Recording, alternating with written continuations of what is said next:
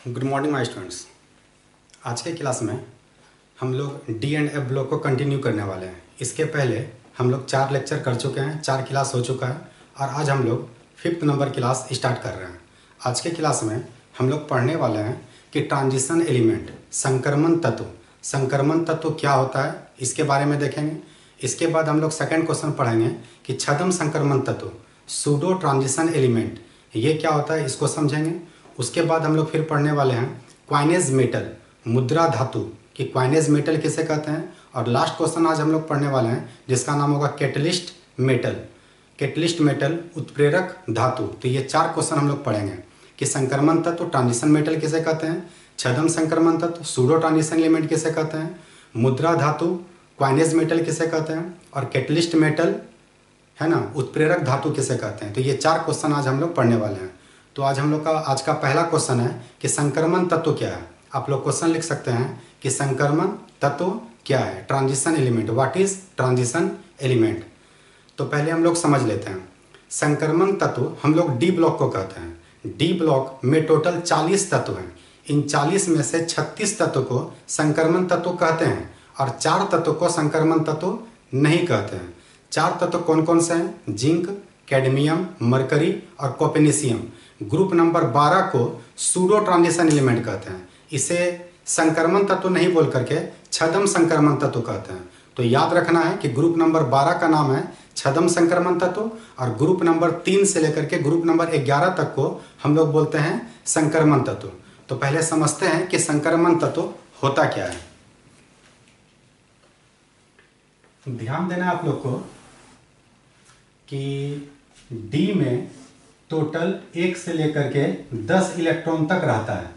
अगर ये 10 number electron को हटा दें और डी में 1 से लेकर के 9 तक इलेक्ट्रॉन को रखा जाए, मतलब डी को कंप्लीट फुलफिल नहीं किया जाए, अगर डी 10 हो गया तो ये संक्रमण तत्व नहीं कहलाएगा।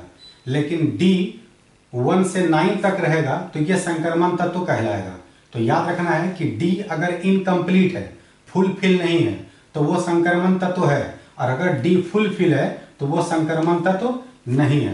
तो याद रखना है कि आउटर मोस्ट इलेक्ट्रॉन अगर डी में जा रहा है तो वो डी ब्लॉक का तत्व है और डी में अगर 1 से लेकर के 9 तक एलिमेंट है, इलेक्ट्रॉन है, तो समझना है कि वो कौन सा तत्व है, संक्रमण तत्व है। जैसे एग्जाम्पल समझो, अगर हम स्कैंडियम है, स्कैंडियम का इलेक्ट्रॉनिक विन्यास लिखेंगे तो इसके नज़दीक का नोबेल गैस आएगा आर्गन हो गया 18 आर्गन है 3 नंबर पर, तो यहाँ पर लिखाएगा 4s2 और लिखाएगा 3d1।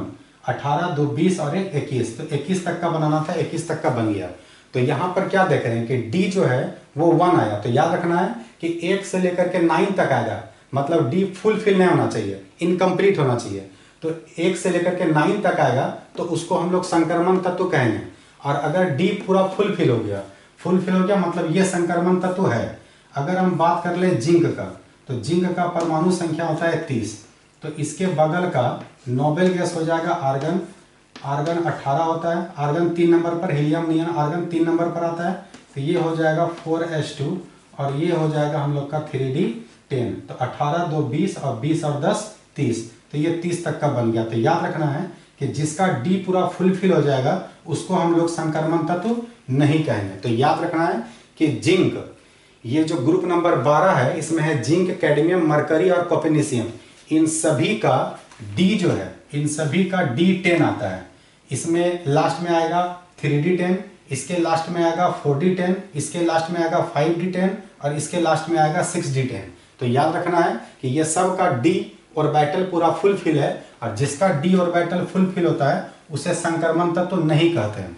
तो याद रखना है कि संक्रमण तत्व में टोटल कितना तत्व है, 36 है, और जबकि डी ब्लॉक में टोटल कितना तत्व है, 40 तत्व है। तो याद रखना कि 40 है यहाँ और यहाँ 36 है, तो ये 4 गो का डिफरेंस किसके कारण है, तो ये 4 गो का डिफरेंस इसके कारण है। तो डी ब्लॉक में टोटल 40 तत्व है। 40 तत्व कौन कौन सा है, तो याद रखना है कि डी ब्लॉक में टोटल 4 श्रेणी है। कितना श्रेणी है, 4 श्रेणी। ये 40 तत्व को 4 भाग में डिवाइड किया गया, 10 इसमें, 10 इसमें, 10 इसमें और 10 इसमें, तो 4 में बांटा गया है। तो याद रखना है कि ये हो गया फर्स्ट ट्रांजिशन सीरीज। इसको हम लोग क्या बोलेंगे, इसको हम लोग बोलेंगे फर्स्ट ट्रांजिशन सीरीज। ठीक है। तो ये प्रथम संक्रमण श्रेणी है। तो प्रथम संक्रमण श्रेणी कहां से कहां तक है? स्कैंडियम से लेकर के जिंक तक है। सेकंड नंबर कहां से है? यूट्रियम से लेकर के कैडमियम तक है। थर्ड में कहां से है? लेंथेनम से लेकर के मरकरी तक है। याद रखना है लेंथेनम है 57, तो 57 के बाद 58 से लेकर के 71 तक एफ ब्लॉक में चले जाता है। तो एफ ब्लॉक में जाता है। तो याद रखना है कि इसमें देखिए 21 से लेकर के 30 तक में 10 दिखता है, लेकिन यहाँ पर 57 से लेकर के 80 बहुत का डिफरेंस है। तो याद रखना है कि 14 तक तो चले जाता है किसमें? एफ में। तो लेंथेनम में 57 है, 58 से लेकर के 71 तक एफ में है। और उसके बाद फोर्थ नंबर में एक्टेनियम एसी 89 से 112 तक डी ब्लॉक में आता है, लेकिन बीच में इसमें भी एफ ब्लॉक आता है। तो 90 से लेकर के 103 तक। तो एफ ब्लॉक का दो श्रेणी है, याद रखना, एक है 4F और एक है 5F। तो एफ ब्लॉक जब हम लोग पढ़ेंगे तो उसमें हम लोग इसी को स्टडी करने वाले हैं। तो एफ ब्लॉक में दो श्रेणी होता है, जबकि डी ब्लॉक में 4 श्रेणी होता है। याद रखना है कि डी ब्लॉक में 4 श्रेणी है और एफ ब्लॉक में 2 श्रेणी है। तो एफ ब्लॉक में 2 श्रेणी कौन कौन से हैं? एक है 4F और एक है 5F। और डी ब्लॉक में 4 श्रेणी कौन कौन है? तो एक है 3D सीरीज, एक है 4D सीरीज, एक है 5D सीरीज और एक है 6D सीरीज।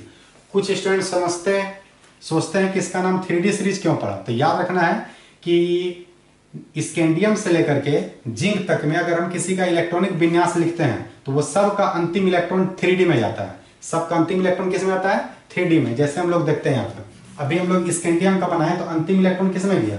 3D में गया। तो जिसमें जाएगा वो उसी का सीरीज कहलाएगा।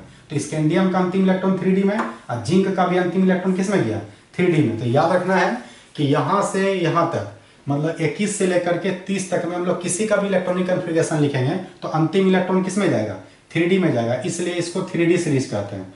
तो याद रखना है कि 3D सीरीज का वैल्यू कहां से कहां तक है? 21 से लेकर के कहां तक? 30 तक। उसी तरह यूट्रियम जो है 39 से लेकर के कैडमियम 48 तक, यहाँ में 10 एलिमेंट है और इसमें से किसी का भी इलेक्ट्रॉनिक विन्यास अगर लिखा जाए तो अंतिम इलेक्ट्रॉन जाएगा 4D में। अंतिम इलेक्ट्रॉन किस में जाएगा? 4D में। तो अंतिम इलेक्ट्रॉन 4D में जाएगा तो इसको बोलेंगे कौन सा सीरीज? 4D series. उसी तरह लेंथेनम है 57 और उसके बाद 72 से लेकर के 80 तक। इन सब में से 72 से 80 तक में या फिर 57 इसमें से किसी का भी इलेक्ट्रॉनिक कॉन्फ़िगरेशन लिखा जाएगा तो याद रखना है कि अंतिम इलेक्ट्रॉन जाएगा 5D में, इसलिए इसको बोला जाएगा 5D सीरीज। और उसके बाद एक्टेनियम 89 से लेकर के फिर यहाँ 104 से लेकर के 112 तक, कॉपिनिशियम तक, यहाँ तक में किसी का भी इलेक्ट्रॉनिक कॉन्फ़िगरेशन लिखेंगे तो अंतिम इलेक्ट्रॉन किस में जाएगा? 6D में। तो इसका अंतिम इलेक्ट्रॉन 6D में गया तो 6D सीरीज, इसका अंतिम इलेक्ट्रॉन 5D में गया तो 5D सीरीज, इसका यहाँ से यहाँ तक का अंतिम इलेक्ट्रॉन 4D में जाएगा तो 4D सीरीज, और स्कैंडियम से लेकर के जिंक तक का अंतिम इलेक्ट्रॉन किस में जाएगा? 3D में जाएगा तो 3D सीरीज। तो याद रखना है कि फर्स्ट ट्रांजिशन सीरीज को ही 3D सीरीज कहते हैं। ये हो गया सेकेंड ट्रांजिशन सीरीज जिसको कि हम लोग 4D सीरीज कहते हैं। ये हो गया हम लोग के लिए थर्ड ट्रांजिशन सीरीज जिसको कि हम लोग 5D सीरीज कहते हैं। और ये हो गया हम लोग के लिए फोर्थ ट्रांजिशन सीरीज जिसको कि हम लोग 6D सीरीज कहते हैं। ठीक है। तो ट्रांजिशन सीरीज श्रेणी क्या है? तो याद रखना है कि ये जो देख रहे हैं यही हम लोग के लिए श्रेणी है। 40 तत्व को 4 श्रेणी में बांटा गया है, फर्स्ट, सेकंड, थर्ड और फोर्थ। तो फर्स्ट को 3D, सेकंड को 4D, थर्ड को 5D और फोर्थ को 6D। तो टोटल कितना श्रेणी है? 4 श्रेणी है। तो हम लोग को समझना है अभी कि संक्रमण तत्व किसे कहते हैं।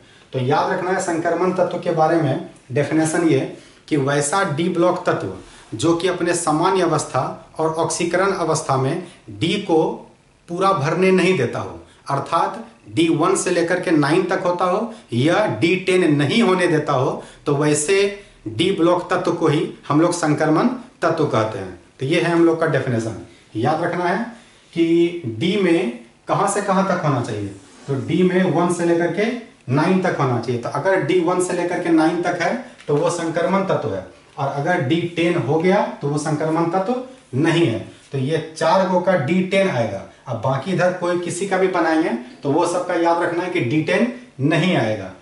तो याद रखना है कि अगर D10 नहीं आया तो वो संक्रमण तत्व होगा, और अगर D10 आ गया तो वो संक्रमण तत्व नहीं होगा। ठीक है। अब इसमें एक बात और समझने वाला बात यह है कि सामान्य अवस्था और ऑक्सीकरण अवस्था क्या चीज है? नॉर्मल स्टेट और ऑक्सीडेशन स्टेट समझना यहाँ पे ठीक तरीका से। मान लीजिए कि हम लोग एग्जाम्पल में ले लेते हैं कॉपर को। कॉपर का इलेक्ट्रॉनिक कॉन्फ़िगरेशन अगर हम लोग लिख लें 29 का, तो इसमें हुंसुल लगता है, पिछले क्लास में हम लोग पढ़ चुके हैं। इसका नोबेल गैस हो जाएगा आर्गन, आर्गन हो जाएगा 18, यहाँ पर आ जाएगा 4s1 और ये हो जाएगा 3d10। तो इस हिसाब से तो इसका भी d10 आ रहा है, तो इसको संक्रमण तत्व नहीं होना चाहिए। लेकिन याद रखना कि कॉपर संक्रमण तत्व है। तो यहाँ पर क्यों आया? क्योंकि d10 यहाँ था, तो हम बोले कि ये संक्रमण तत्व नहीं है, और यहाँ d10 है फिर भी ये संक्रमण तत्व है। तो इसके बारे में जरा ठीक से समझना। ये अपने नॉर्मल स्टेट में है। कॉपर दो तरह का वैलेंसी शो करता है, एक बनाता है Cu+ और एक बनाता है Cu2+। एक होता है क्यूप्रस और एक होता है क्यूप्रिक। तो याद रखना है कि नॉर्मल स्टेट और ऑक्सीडेशन स्टेट, ऑक्सीडेशन स्टेट मतलब ये चार्ज वाला। तो याद रखना है कि अगर चार्ज वाले में भी अगर ये अपने d10 को रख लेगा तो ये संक्रमण तत्व तो नहीं होगा, लेकिन चार्ज आने पर यहाँ से d10 हट जाता है। कैसे, जरा समझते हैं। अगर 1+ है मतलब ये एक इलेक्ट्रॉन को लॉस कर दिया है, तो एक इलेक्ट्रॉन लॉस करेगा तो यहाँ से एक इलेक्ट्रॉन निकल जाएगा। तो एक इलेक्ट्रॉन अगर यहाँ से निकल गया तो याद रखना है कि ये 0 हो जाएगा, और ये हो गया क्यूप्रस। और अगर क्यूप्रिक में देखते हैं तो यहाँ पे 2+ है, 2+ है तो एक इलेक्ट्रॉन यहाँ से निकलेगा और एक इलेक्ट्रॉन यहाँ से निकलेगा। तो जैसे एक इलेक्ट्रॉन यहाँ से निकला तो ये 9 हो जाएगा। तो किसी भी कंडीशन में अगर यहाँ से d10 हट गया तो याद रखना ये संक्रमण के श्रेणी में आ जाएगा। तो कॉपर संक्रमण तत्व क्यों है? क्योंकि कॉपर में 2 आयन बनता है, क्यूप्रस और क्यूप्रिक, और क्यूप्रिक के कंडीशन में यहाँ d10 नहीं रह पाता है, इसलिए इसको संक्रमण श्रेणी के अंतर्गत में रखा गया है।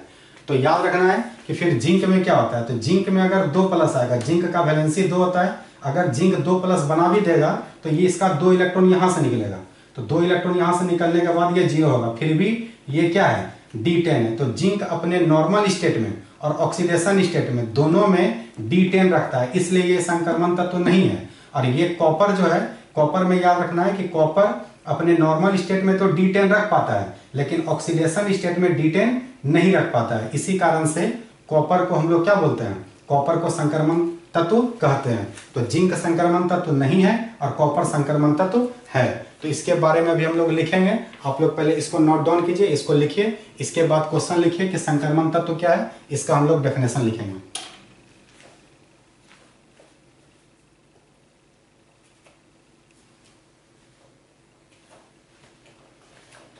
तो लिख लिया आप लोग।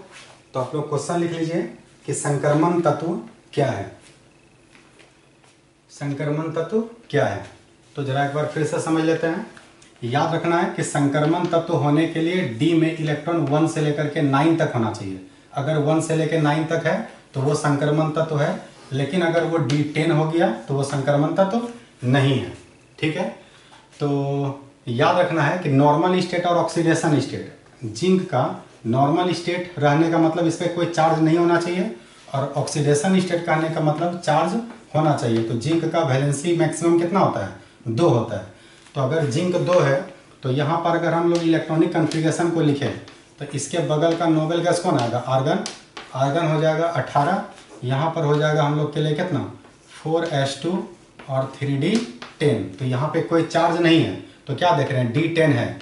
और अगर हम लोग इसका बनाते हैं तो भी यहाँ पर क्या देखते हैं कि इसका आर्गन आएगा, आर्गन हो गया 18, 4s2 और 3d है ना, 3d10।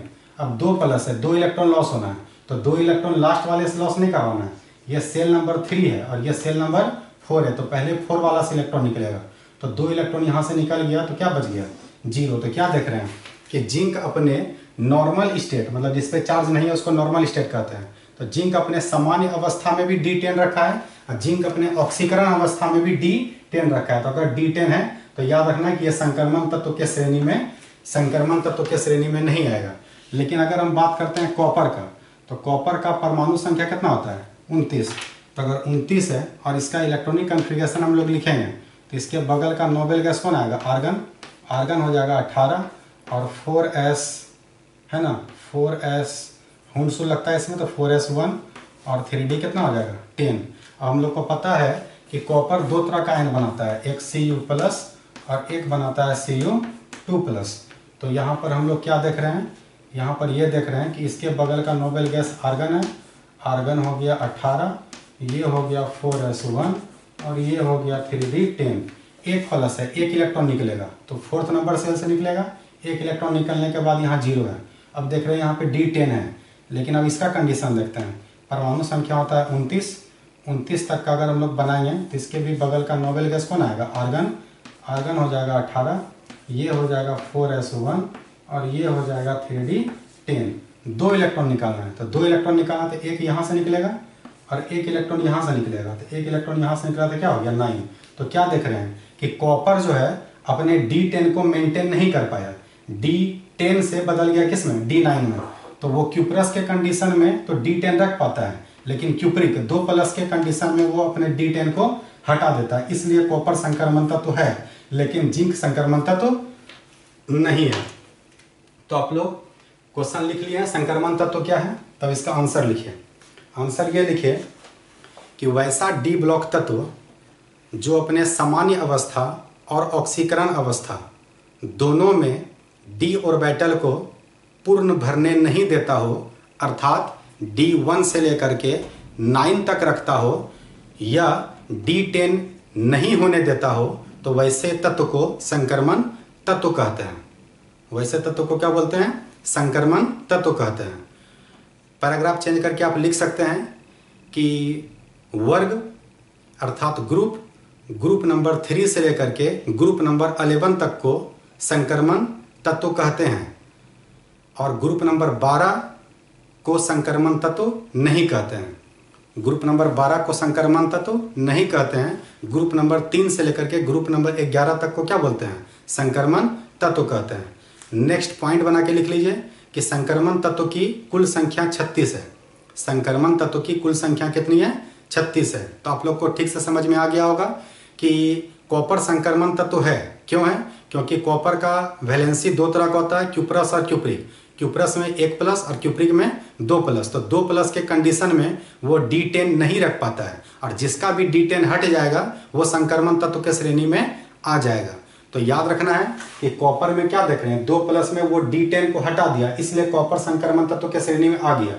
और यहाँ 2+ रहने के बाद भी क्या देख रहे हैं कि D10 का D10 ही रह गया। तो अगर D10 रहेगा तो वो संक्रमण तत्व के श्रेणी में नहीं आएगा। तो जिसमें भी हुन-सुन लगता है वो सब संक्रमण तत्व के श्रेणी में आ जाता है, क्योंकि उसमें चार्ज आने के कारण वहां पर से 10 से 9 में बदल जाता है। लेकिन ग्रुप नंबर 12 में 4 जो तत्व हैं, जिंक, कैडमियम, मरकरी और कॉपरनिशियम, वो सबको संक्रमण तत्व नहीं कहा जाता, इसलिए 4 हट गया। तो टोटल संक्रमण तत्व का संख्या कितना बच गया? 36 बच गया। ठीक है। तो हम लोग से अगर संक्रमण तत्व का विन्यास पूछा जाएगा तो हम लोग क्या लिखेंगे? हम लोग लिखेंगे NS 0 से लेकर के 2 और N-1 है ना, D1 से लेकर के 9।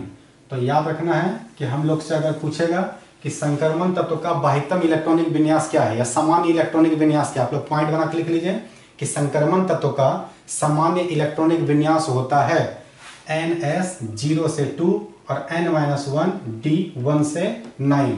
N-1 क्या है? मैंने बताया था कि S में जितना होता है उससे एक कम D में होता है। तो अगर यहाँ 4 होगा तो यहाँ पर 3 होगा, यहाँ 5 होगा तो यहाँ 4 होगा, तो यहाँ N होगा, तो यहाँ N-1 होगा। तो D में हमेशा एक कम होगा और S में एक ज़्यादा होगा। तो ये जो कन्फिग्रेशन लिखा है ये किसका कन्फिग्रेशन है? ये कन्फिग्रेशन है ट्रांजिशन एलिमेंट का। अगर क्वेश्चन आएगा कि संक्रमण तत्व का सामान्य इलेक्ट्रॉनिक विन्यास बताएं तो हम लोग को ये बताना है।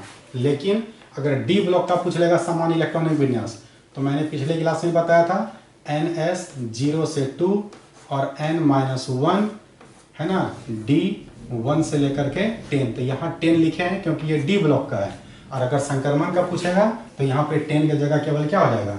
9 हो जाएगा। यही दोनों में डिफरेंस है। पीछे का वीडियो लेक्चर में ये बताया गया। जो भी पीछे का वीडियो लेक्चर नहीं देख पाए वो पहले पीछे का देखें, ताकि ये सब चीज़ और भी आसानी से समझ में आएगा। आप लोग इसको लिखिए, ठीक है। उसके बाद हम लोग नेक्स्ट क्वेश्चन देखते हैं।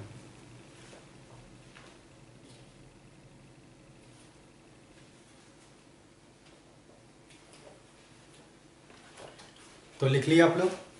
हम लोग अभी पढ़ चुके हैं संक्रमण तत्व क्या है। अब हम लोग पढ़ने वाले हैं छद्म संक्रमण तत्व क्या है। तो आप लोग अगला क्वेश्चन लिखिए, सूडो ट्रांजिशन एलिमेंट छद्म संक्रमण तत्व क्या है। लिख लिया आप लोग। तो चलिए अब हम लोग समझते हैं याद रखना है कि संक्रमण तत्व क्या है ये पढ़ लिए, इसके नाम के आगे लग गया छदम। छदम जिसको कि इंग्लिश में हम लोग बोलते हैं सूडो, पी साइलेंट है, तो इसको पढ़ते हैं सूडो ट्रांजिशन एलिमेंट। तो याद रखना है कि 4 तत्व जो बच गया, कौन कौन बच गया? जिंक, कैडमियम, मरकरी और कॉपेनिशियम। ये 4 तत्व जो बच गया, इन चारों को ही बोलते हैं छदम संक्रमण तत्व।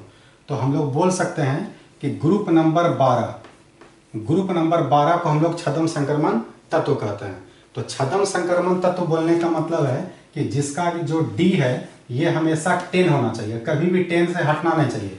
तो जिसका डी ऑर्बिटल डी सब सेल में हमेशा 10 इलेक्ट्रॉन पूरा फुलफिल रहेगा, उसको हम लोग बोलते हैं छदम संक्रमण तत्व।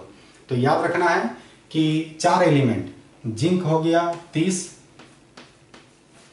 48, 80 और 112, ये 4 तत्व जो है, ये 4 तत्व कहलाता है सूडो ट्रांजिशन एलिमेंट। इन चारों का विन्यास देखते हैं हम लोग। चारों के विन्यास को अगर हम लोग लिखें तो सबसे पहले है जिंक। जिंक होता है 30, इसके बगल का नोबेल गैस हो गया आर्गन। आर्गन हो गया 18, इसके बाद आएगा 4s2 और 3d10। तो क्या देख रहे हैं कि इसका d10 है, तो d10 है इसलिए यह सूडो ट्रांजिशन एलिमेंट है। इसके बाद आता है कैडमियम। कैडमियम है 48 के बगल का नोबेल गैस कौन आएगा? तो आ जाएगा क्रिप्टन। 4 नंबर पर क्रिप्टन आता है, इसका होता है 36। ठीक है, तो ये 4 पर है तो स्टार्ट होगा 5 से, 5s2 और एक कम डी में होता है तो 4d10। 36, 2 38 और 10 48। तो ये हम लोग का बन गया 48 तक का। तो क्या देख रहे हैं, इसका भी अंतिम इलेक्ट्रॉन d10 है और इसका भी अंतिम इलेक्ट्रॉन d10 है, पूरा भरा हुआ है। अगर सोचिए कि हम इस पर 2 प्लस दे देते, 2 प्लस दे भी देंगे तो 2 इलेक्ट्रॉन यहाँ से निकलेगा, फिर भी ये d10 रहेगा। कैडमियम भी 2 प्लस बनाता है, अगर 2 प्लस हम यहाँ दे भी दें तो भी ये d10 रहेगा, क्योंकि इलेक्ट्रॉन तो यहाँ से निकलेगा। तो ये अपने नॉर्मल स्टेट में और ऑक्सीडेशन स्टेट में दोनों में अपने d को 10 रखता है। सोचिए कि यहाँ पर अगर हम 2 प्लस दे दें तो यहाँ से 2 इलेक्ट्रॉन निकल जाएगा, तो फिर भी इसका d क्या रहा? 10 रहा। तो ये अपने नॉर्मल स्टेट और ऑक्सीडेशन स्टेट दोनों में d10 को मेंटेन करता है, कायम रखता है, इसलिए इसका नाम रखा गया है छदम संक्रमण तत्व। तो इसी तरीका से हम लोग ये दोनों को ही बना लेते हैं। एक है मरकरी। मरकरी का परमाणु संख्या कितना हो गया? 80 आ गया। तो हम लोग यहाँ पर क्या लिखेंगे? मरकरी के नज़दीक का नोबेल गैस हो जाएगा जेनन। ये मैंने नोबेल गैस इलेक्ट्रॉनिक कॉन्फ़िगरेशन पढ़ा दिया है, जो पिछले लेक्चर को नहीं देख पाए हैं वो स्टूडेंट पहले पीछे के लेक्चर को देखें। यहाँ पर जेनन आएगा, जेनन का होता है 54। ठीक है, अब इसके बाद हम लोग क्या लिखेंगे? तो जेनन आता है 5 नंबर पर, तो ये स्टार्ट होगा 6 से, तो 6s2। अब 6s बताया था मैंने, 6s के बगल में पहले f आता है और f के बाद में d आता है। तो f में बताए थे 2 कम, तो यहाँ पर 6 है, तो इसका मतलब ये 4 होगा। और d में बताए थे 1 कम, तो यहाँ पर अगर 6 है तो इसका मतलब यहाँ पर 5 होगा। तो इसमें हो गया 14। तो यहाँ पर हम लोग देख रहे हैं 54 और 2 56 और 56 और 14 70 में कितना जोड़ेंगे? जो 80 हो जाएगा, 10 जोड़ेंगे। तो यहाँ पे भी देख रहे हैं 10। तो क्या देख रहे हैं कि मरकरी के भी लास्ट में d10 आ गया। अगर मरकरी पे हम 2 प्लस दे भी दें, मैक्सिमम मरकरी का वैलेंसी होता है 2, तो भी यहाँ पर से 2 इलेक्ट्रॉन निकलेगा, तो भी ये d क्या रहेगा? 10 रहेगा। याद रखना है कि पहले 6 से निकलेगा, 6 से निकलने के बाद 5 से निकलेगा, तो पहले 6 से निकलेगा। तो अगर हम इस पर 2 प्लस देंगे तो यहाँ से 2 इलेक्ट्रॉन निकल जाएगा, तो भी इसका d क्या रहेगा? d10 रहेगा। तो ये अपने नॉर्मल स्टेट और ऑक्सीडेशन स्टेट दोनों में d10 को मेंटेन रख रहा है। इसी तरीका से लास्ट है कॉपेनिशियम। तो अगर हम कॉपेनिशियम का बनाएंगे 112 का, तो 112 के बगल का नोबेल गैस कौन आएगा? रेडन Rn, जिसका कि होता है 86। तो 86 हो गया। अब 86 के बाद ये आता है 6 नंबर पर, तो स्टार्ट कहाँ से होगा? 7 से, तो 7s2। 7s के बगल में f आता है और f में 2 कम, तो यहाँ 7 है, तो यहाँ पे 5 हो जाएगा। यहाँ पर फिर 7 है, तो यहाँ पर हो जाएगा 6d और 6d10 जोड़ लेते हैं।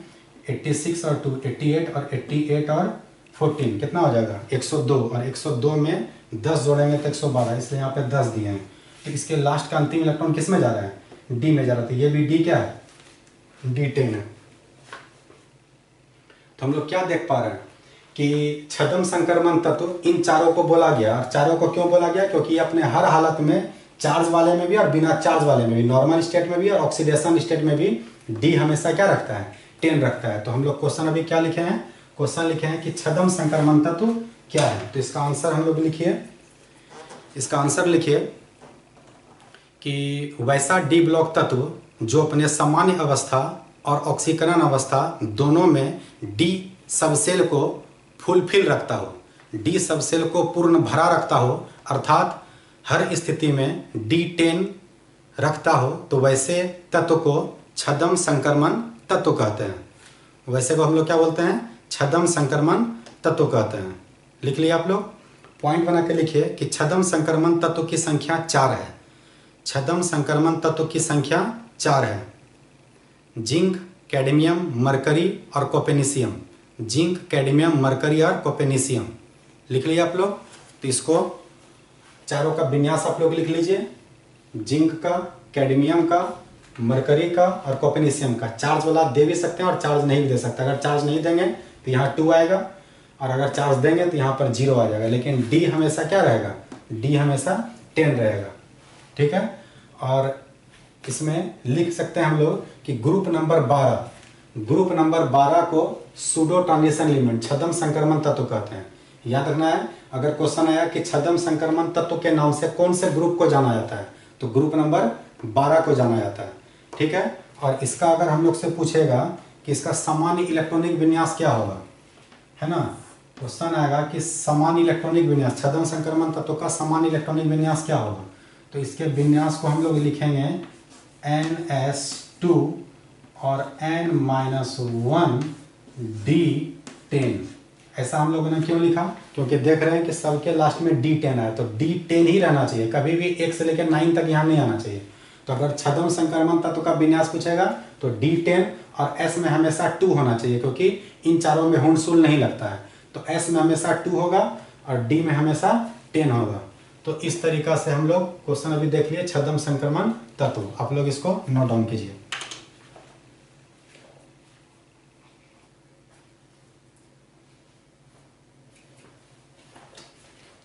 लिख लिया आप लोग। तो अब हम लोग तीसरा नंबर क्वेश्चन पढ़ने वाले हैं, जिसका कि नाम है coinage metal. Coinage metal, Hindi में इसको बोलते हैं मुद्रा धातु। तो आप लोग क्वेश्चन लिखिए, क्वाइनेज मेटल, मुद्रा धातु क्या है? मुद्रा धातु क्या है? ये आज का हम लोग का तीसरा नंबर क्वेश्चन है। तीसरा नंबर क्वेश्चन है कि क्वाइनेज मेटल, मुद्रा धातु किसे कहते हैं? तो आंसर आप लोग पहले समझ लीजिए। आंसर ये याद रखना है कि ग्रुप नंबर 11 को हम लोग क्वाइनेज मेटल कहते हैं। याद रखना है, ऑब्जेक्टिव क्वेश्चन में आएगा कि क्वाइनेज मेटल के नाम से कौन से ग्रुप को जाना जाता है, तो क्वाइनेज मेटल के नाम से ग्रुप नंबर 11 को जाना जाता है। या फिर क्वेश्चन ये भी पूछ सकता है कि ग्रुप नंबर 11 को क्वाइनेज मेटल, मुद्रा धातु क्यों कहते हैं? तो जरा समझना है, ग्रुप नंबर 11 में आता है कॉपर, सिल्वर और गोल्ड। क्या बताया मैंने कि ग्रुप नंबर 11 में आता है कॉपर, सिल्वर और गोल्ड। कॉपर होता है 29, सिल्वर होता है 47 और ये होता है 79। इन तीनों में हुंडशुल लगता है। कन्फिगरेशन मैंने पिछले क्लास में बताया हुआ है, तो याद रखना है, कन्फिगरेशन से भी मतलब नहीं है, मतलब है कि इन तीनों को क्वाइनेज मेटल क्यों कहते हैं, मुद्रा धातु क्यों कहते हैं। तो याद रखना है कि इन तीनों का उपयोग पुराने जमाने में मुद्रा के रूप में किया जाता था, क्वाइन के रूप में किया जाता था, सिक्का के रूप में किया जाता था। तो याद रखना है कि इन तीनों का उपयोग क्वाइन के रूप में करते थे, मुद्रा के रूप में करते थे। आज भी धनतेरस में हम लोग सोना और चांदी के सिक्का को खरीदते हैं। तो याद रखना है कि इन तीनों का उपयोग सिक्का के रूप में पहले किया जाता था और सिक्का को ही क्वाइन कहते हैं, इसलिए ग्रुप नंबर 11 को क्या बोलते हैं? क्वाइनेज मेटल कहते हैं। तो क्वाइनेज मेटल क्या है? तो याद रखना है कि वर्ग 11, ग्रुप नंबर 11 कॉपर, सिल्वर और गोल्ड को क्वाइनेज मेटल कहते हैं, क्योंकि इसका उपयोग पुराने जमाने में मुद्रा के रूप में, क्वाइन के रूप में, सिक्का के रूप में किया जाता था। तो ये है इसका आंसर। तो याद रखना है कि ग्रुप नंबर 11 को हम लोग क्या बोलते हैं? क्वाइनेज मेटल कहते हैं। क्वाइनेज मेटल में कौन कौन आता है? कॉपर आता है, सिल्वर आता है और गोल्ड आता है। अब हम लोग के पास लास्ट क्वेश्चन है, जिसका कि नाम है कैटलिस्ट मेटल। आज का लास्ट क्वेश्चन है कैटलिस्ट मेटल। कैटलिस्ट हिंदी होता है उत्प्रेरक। तो क्वेश्चन है कि उत्प्रेरक धातु किसे कहते हैं? तो याद रखना है कि उत्प्रेरक धातु कहते हैं ग्रुप नंबर 10 को। ग्रुप नंबर 10 को हम लोग क्या बोलते हैं? उत्प्रेरक धातु। तो उत्प्रेरक धातु हम लोग ग्रुप नंबर 10 को कहते हैं। क्यों कहते हैं? क्योंकि इसमें हम लोग का आ जाता है कॉपर के जस्ट आगे है निकेल, ठीक है, एक है प्लेडियम और एक है प्लेटिनम। याद रखना है कि तीन तत्व निकेल, प्लेडियम और प्लेटिनम, इन तीनों का उपयोग उत्प्रेरक के रूप में किया जाता है। जब हम लोग किसी रासायनिक अभिक्रिया को करते हैं तो रासायनिक अभिक्रिया को कराने में उत्प्रेरक के रूप में यूज करते हैं निकेल को, या यूज करते हैं प्लेडियम को, या यूज करते हैं प्लेटिनम को, प्लेडियम और प्लेटिनम। तो इन सब का उपयोग हम लोग उत्प्रेरक के रूप में करते हैं, इसलिए ग्रुप नंबर 10 का नाम रखा गया है कैटलिस्ट मेटल। तो क्वेश्चन है कि कैटलिस्ट मेटल क्या है, तो याद रखना है कि वर्ग 10 ग्रुप नंबर 10 निकेल, प्लेडियम और प्लेटिनम को कैटलिस्ट मेटल उत्प्रेरक धातु कहते हैं, क्योंकि इसका उपयोग रासायनिक अभिक्रिया में उत्प्रेरक के रूप में किया जाता है। तो ये इसका आंसर है कि वर्ग नंबर 10 को उत्प्रेरक धातु कहते हैं, निकेल, प्लेडियम और प्लेटिनम को, क्योंकि इसका उपयोग रासायनिक अभिक्रिया में उत्प्रेरक के रूप में किया जाता है। हमने क्लास में आप लोगों को पढ़ाया था उत्प्रेरक क्या होता है। तो उत्प्रेरक के बारे में मैंने बताया था कि वैसा रासायनिक पदार्थ जो रासायनिक प्रतिक्रिया में स्वयं भाग नहीं लेता हो, लेकिन रासायनिक अभिक्रिया के वेग को प्रभावित करता हो, वेग को बढ़ा देता हो या प्रतिक्रिया के वेग को घटा देता हो, तो उसको हम लोग उत्प्रेरक कहते हैं। और उत्प्रेरक के रूप में यूज किया जाता है निकेल को, प्लेडियम को और प्लेटिनम को। इसलिए ये तीनों आता है किसमें, ग्रुप नंबर 10 में। इसलिए ग्रुप नंबर 10 को हम लोग क्या बोलते हैं, ग्रुप नंबर 10 को हम लोग बोलते हैं कैटलिस्ट मेटल। तो आज के क्लास में हम लोगों ने 4 क्वेश्चन को पढ़ा। पहला क्वेश्चन पढ़ा संक्रमण तत्व। संक्रमण तत्व की कुल संख्या कितनी है, संक्रमण तत्व की कुल संख्या 36 है, ठीक है। उसके बाद हम लोगों ने पढ़ा सूडो ट्रांजिशन एलिमेंट, छद्म संक्रमण तत्व। तो छद्म संक्रमण तत्व हम लोग ग्रुप नंबर कितना बोलते हैं, 10 को। याद रख, सॉरी ग्रुप नंबर 12 को। याद रखना कि ग्रुप नंबर 12 में कौन कौन आता है, जिंक, कैडमियम, मरकरी और कोपेनिशियम, और इन्हीं का नाम है सूडो ट्रांजिशन एलिमेंट। तो याद रखना ग्रुप नंबर 12 को बोलते हैं छद्म संक्रमण तत्व, pseudo transition element. Group number 11 को बोलते हैं क्वानेज मेटल, और ग्रुप नंबर 10 को बोलते हैं कैटलिस्ट मेटल। तो ये 3 ऑब्जेक्टिव क्वेश्चन काफी इंपॉर्टेंट है, आपको याद रखना। और इन तीनों में से ज्यादा इंपॉर्टेंट कौन सा है, छद्म संक्रमण तत्व, और ज्यादा इंपॉर्टेंट है कि संक्रमण तत्व किसे कहते हैं। तो ये हम लोग का 5th नंबर वीडियो लेक्चर आज कंप्लीट हुआ। आप लोग चारों वीडियो लेक्चर को ठीक से देखिए, उसका एक कॉपी में एक नोट्स बनाइए, क्योंकि नोट्स बनाइएगा तो ही सारा बात याद रह पाएगा। Thank you.